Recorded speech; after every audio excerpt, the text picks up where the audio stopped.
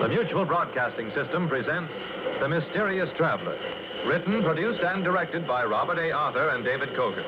And starring tonight, two of radio's foremost actors, Ralph Bell and Robert Dryden, in The Last Survivor.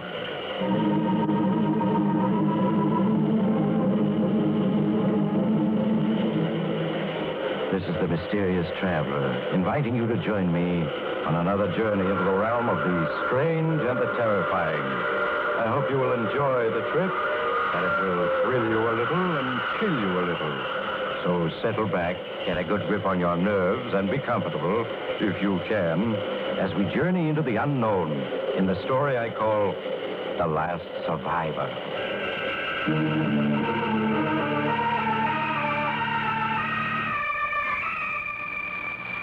In a small 6 by 10 feet radio compartment, a man sits sprawled in the transmission operator's chair. His hair is unkempt, his face bearded.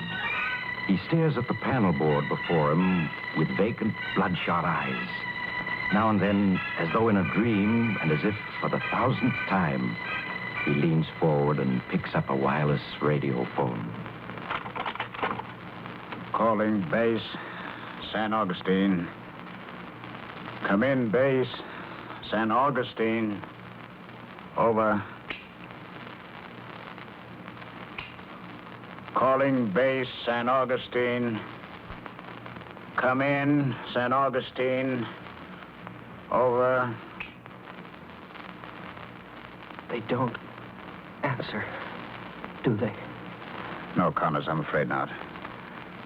How do you feel? I'm all right. Colonel, why don't you try another channel? I've tried them all. Haven't been able to make contact. Have you checked the equipment? Yes, to the best of my ability. As far as I can see, it seems to be in working order. Maybe if you were to help me to my feet, I could double-check it for you. No, Connors, lie where you are. Don't try getting up. Take it easy. But I'm a radio man. I know the equipment.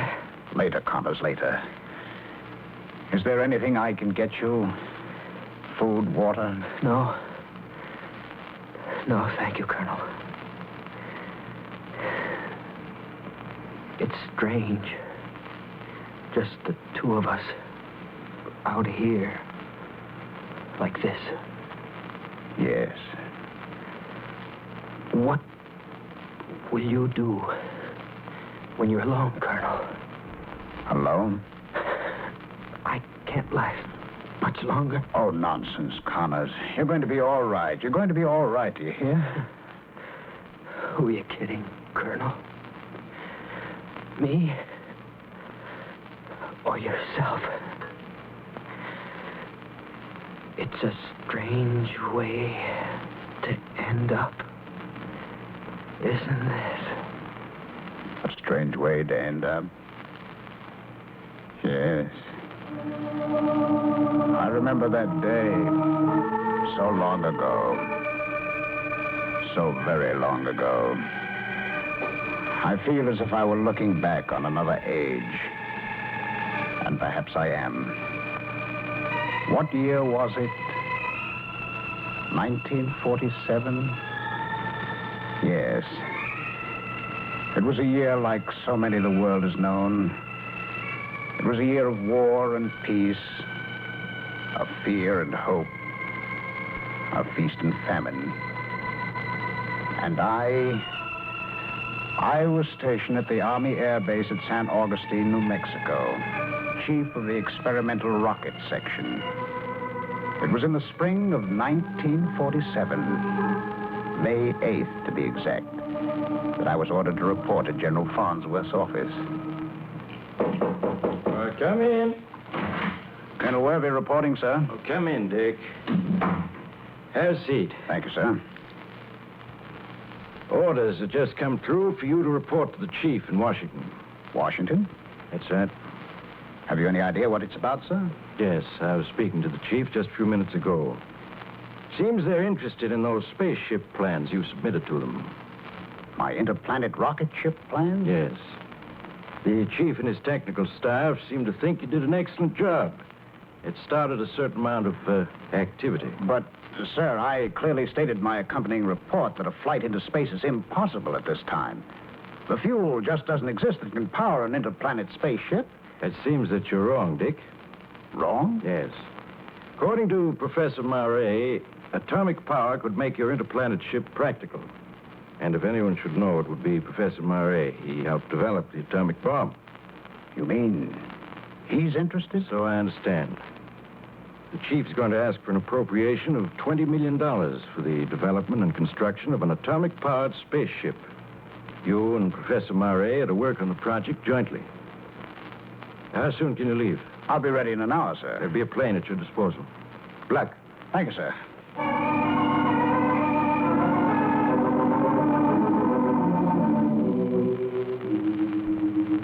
Well, I've looked forward for some time now to meeting you, Colonel. Thank you, Professor Murray.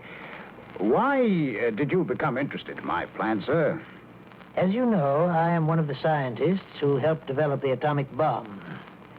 It was a terrible responsibility, and we scientists must answer to a great extent for its use. I'm hoping that through a successful spaceship, mankind will turn to peaceful uses of atomic energy. I understand, sir. I've studied your plans with minute care, and the ship you've blueprinted is a masterpiece of design. Thank you, Professor. Oh, not at all. You deserve praise for your work.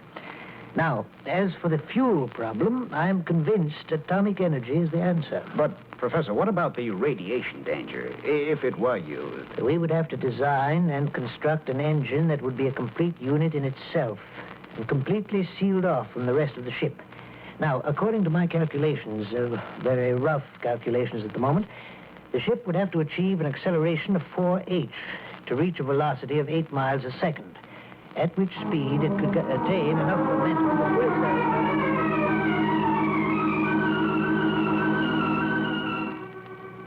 A little over 2 years later, the completed XIP-1 was wheeled from its hangar at San Augustine, New Mexico. Its towering cylindrical body rose 240 feet into the air, and its silver nose, pointing skyward, gleamed under the strong sun. The field was cleared of all personnel, and from a concrete observation control tower 2 miles away, Professor Murray and I prepared to send it on its first test flight. Well, Dick, this is it. The culmination of all our years of work. There's the XIP out there ready for flight. Yes. Well, the next few hours will tell all. The field's been cleared, Professor. We're ready to proceed. Then take over, Dick. I'll stand by. Keep an eye on the observation, radar, and control crews. Sound flight warning signal. Sound flight warning signal.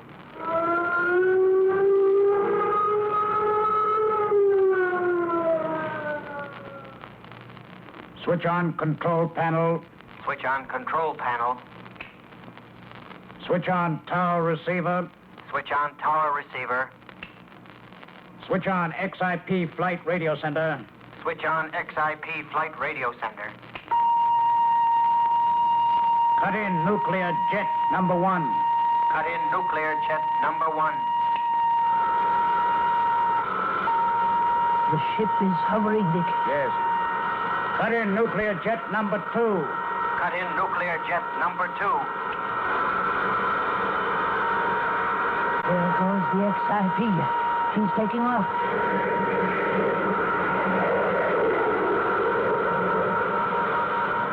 Instrument reading. Rate of flight, 500 miles per hour. Altitude, 1,000 feet. Rate of flight, 2,000 miles per hour. Altitude, 90,000 feet. Rate of altitude, 4,000 miles per hour. Altitude, 200,000. Hour after hour, we traced the flight of the XIP through space. When night came, the ship's flaming tail became visible to the naked eye as it traveled further and further into the infinite. At dawn, after the XIP had flown well over 1 million miles, electronic light signals were sent out to reverse the ship's course and direct it back toward Earth. 12 hours later, the XIP landed safely at the San Augustine base. It was that moment that was the beginning of a new age. The age of interplanet travel. A year passed, and the XIP made test flight after test flight, flying greater and greater distances on automatic radio instrument control. And finally, the day came when we were ready to consider the first human flight into space. Well, Dick, after weeks of discussion with our leading scientists, our objective has been selected. What's it to be, Professor? The planet Mars. Oh, why Mars? Oh, for a number of very excellent reasons. Mars is the closest planet to us. Furthermore, it's the planet that we know the most about, little as that may be. Mars, that would be a flight of approximately 50 million miles one way. Yes. How soon do you think the XIP can be prepared for such a flight? Oh, I should estimate 30 days. 30 days. All right, Dick. We'll set September 15th as flight day.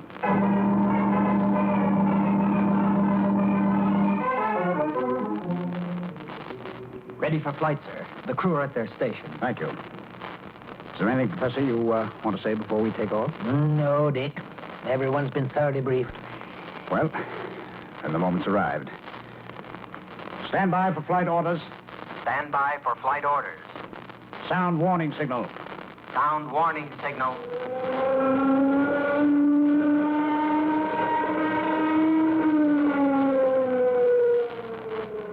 Fasten safety belts. Fasten safety belts. Switch on flight vision screen. Switch on flight vision screen. Establish contact with base. Establish contact with base. Cut in nuclear jet number 1. Cut in nuclear jet number 1. Cut in nuclear jet number 2. Cut in nuclear jet number 2.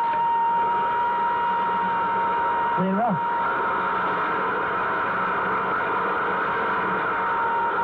Instrument reading. Flight distance covered, 5,000 feet. Time, 5 seconds. Flight velocity, 600 miles per hour. Flight distance covered, 80,000 feet. Time, 9 seconds. Flight velocity, 2,000 miles per hour.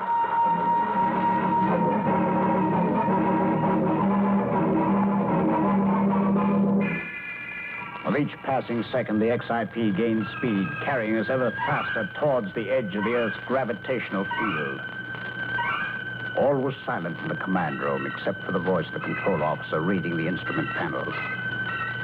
As the 8-minute flight mark approached, we reached the zenith of our speed, the professor blacked out, held from falling only by his safety belt. One by one, the technicians and crew members lost consciousness. And then I, too, found my vision failing, and all became black.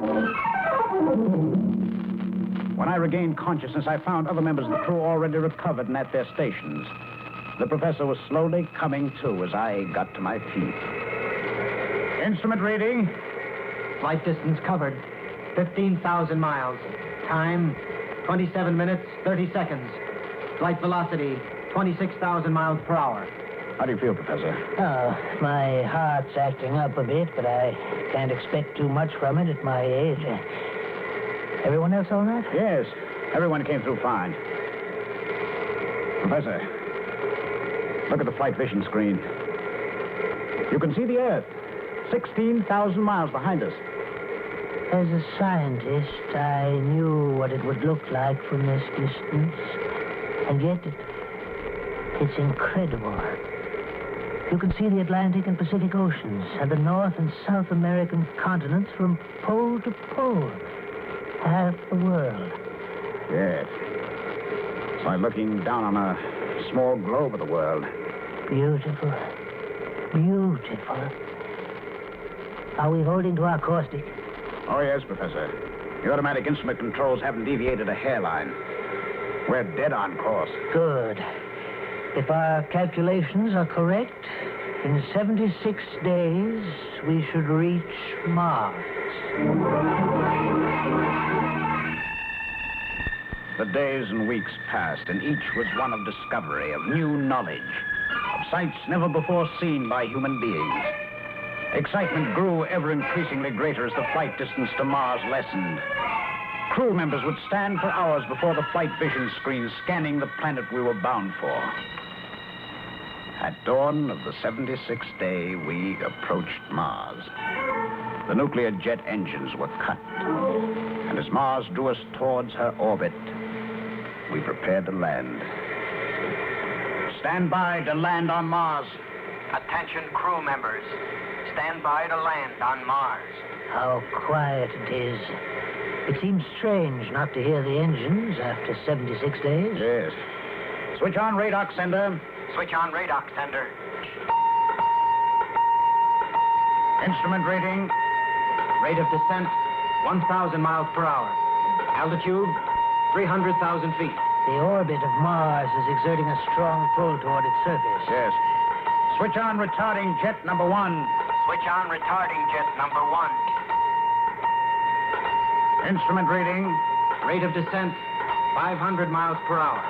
Altitude, 100,000 feet. Once we enter Mars' atmosphere, it'll help cut down our speed. We should be just about entering it now. Rate of descent, 200 miles per hour. Altitude, 60,000 feet. Entering atmosphere. Pressure, 2 pounds. That's much better. Rate of descent, 100 miles per hour.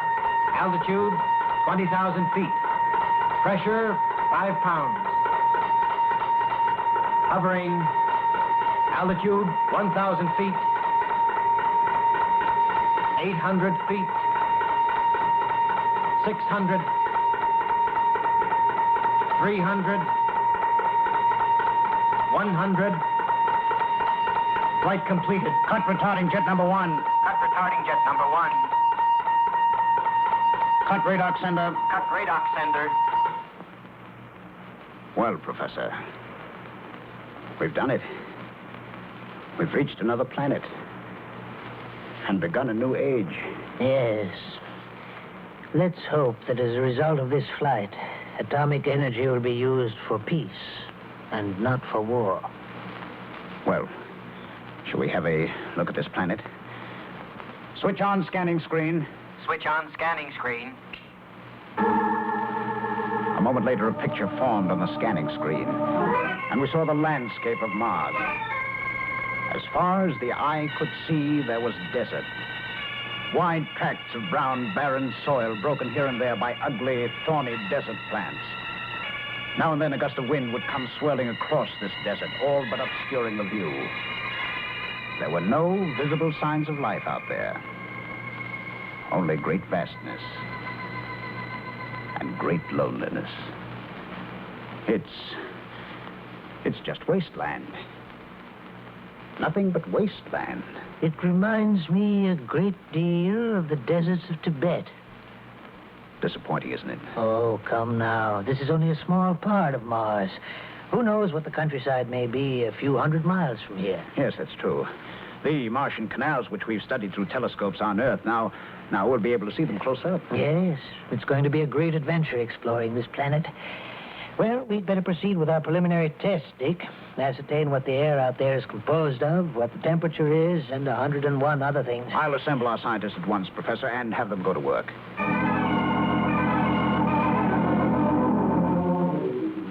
We seem to have accumulated over 1,000 pages of scientific notes almost overnight, Professor. Yes, we've accomplished quite a bit. The air out there is composed of 15% oxygen, 83.7% nitrogen, and traces of other gases. Is that sufficient oxygen for us to live out there? Yes, but you'll find yourself constantly gasping for breath. It'll be necessary to carry along pure oxygen and breathe it in now and then. I see. When may we leave the ship? I suggest we start this afternoon. I'll draw up a list of the equipment we'll need. What's that? Our radar alarm. Someone has broken through the radar system. Connors, what zone is this breakthrough from? Zone 5, sir. Zone 5. That means 250 miles away. Connors, can you pick up anything? I can hear something very faintly, sir. Sounds like motors. Motors? Well, it looks as if we've learned something else. Not only is Mars inhabited, but it apparently has a highly developed civilization. Yes. They're in Zone 4 now, sir. I can pick up the sound of motors quite clearly. Zone 4. That means they'll reach us in another 3 minutes. Professor, you've seen my orders. In a situation such as this, I'm to take off and return to Earth. Yes, I know. What a pity to have come so far and have to return now. I know, but those are my orders. We can't risk the XIP and all the knowledge we've gained. Yes, you're right. Zone 3 has been penetrated, sir. Stand by to take off. Attention crew members. Stand by to take off. Cut off radar system. Cut off radar system. Cut in nuclear jet number 1. Cut in nuclear jet number 1. Cut in nuclear jet number 2. Cut in nuclear jet number 2.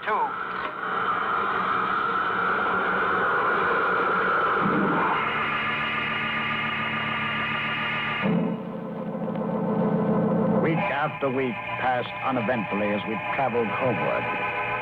Already we were discussing the second flight we would make to Mars and the other spaceships that would be built to follow the path of the XIP. Well, Dick, there's our own planet, looming larger with each passing hour. Yes. Another 48 hours and we'll be home. I imagine our return will create quite a stir. Yes. I hope it won't delay us too long in preparing for our second flight. Ah, this flight of ours will have a tremendous effect on mankind. Yes. And I'm hoping for the better. Mankind can't stand an atomic war. It would be the end of us all. Well, look at the flight vision screen. Certainly, the Earth appears peaceful enough at this moment. Yes, but a weapon such as atomic energy... Professor. What is it? The flight vision screen. Look. Huge explosions on Earth. What? Good Lord. Look. One explosion after another. Great fires mushrooming up. What is it, an earthquake? No, Dick. Oh, then what? Those are atomic explosions. What? Oh, no, they couldn't be. I was at Los Alamos, Bikini. I've seen atomic explosions before. Connors, Yes, sir. establish radio contact with San Augustine. Yes, sir. XIP calling base. It's horrible. San Augustine. Horrible. XIP calling base. One explosion San Augustine. after another. Come in, base. The whole Earth appears to be San in flames. Augustine. Yes. Over. It's the end of the world. Now, don't talk like that. It can't be. Connors, what's wrong? I don't know, sir. San Augustine doesn't answer. All I hear are explosions. Good Lord. Why? Professor, the Earth seems to be disintegrating. Great fiery pieces are being blown into space. It is disintegrating. The atomic explosions have started a chain reaction. In a few more seconds, the XIP will feel the impact. You mean out here? Yes, even out here. Sound the alarm. All crew members to stations. It's too late, Dick. Nothing can save us. It's the end of the world and us. Any moment now, there'll be a gigantic explosion which will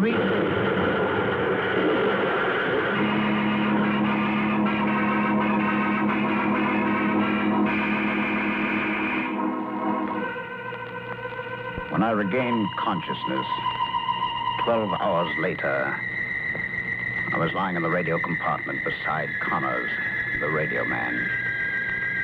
My left arm and a number of my ribs were broken, and I had a slight concussion of the brain.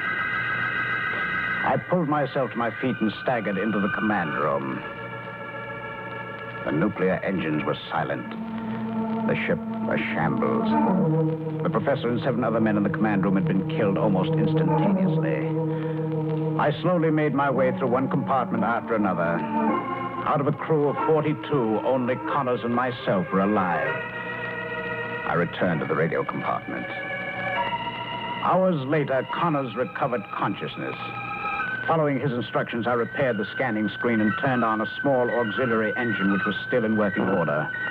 A moment later, a picture formed on the scanning screen. Is that Earth, Colonel? Yes, Connors. What's left of it? There are still huge fires burning. Yes. The whole face of the earth seems changed. I can't recognize any part of it. Nor can I. Colonel, what do you think happened? I don't know. You and I will never know. Do you suppose anyone could have lived through it? No, Connors, no. No one could have lived through it. I didn't think so. What are we going to do, Colonel? Do? There's nothing we can do. The XIP's disabled. It'll remain here out in space. We have food and water for 6 months, possibly longer. I wish I had gone with the others. Oh, no, don't talk like that, Connors. What will you do when you're alone, Colonel? Alone? I can't last much longer. Nonsense, Connors. You're going to be all right. Who are you kidding, Colonel? Me? Or yourself? It's a strange way to end up, isn't it? Connors. Connors. I'm alone now. Sitting here, staring at the scanning screen. And as I look at that burning, unrecognizable planet once called Earth, the same question keeps running through my mind. What happened? And why? Why did the Earth explode in fire?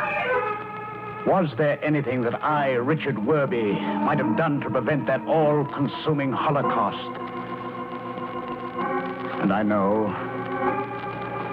that as long as I, the last survivor, live, I'll keep asking myself, why did it happen? Why?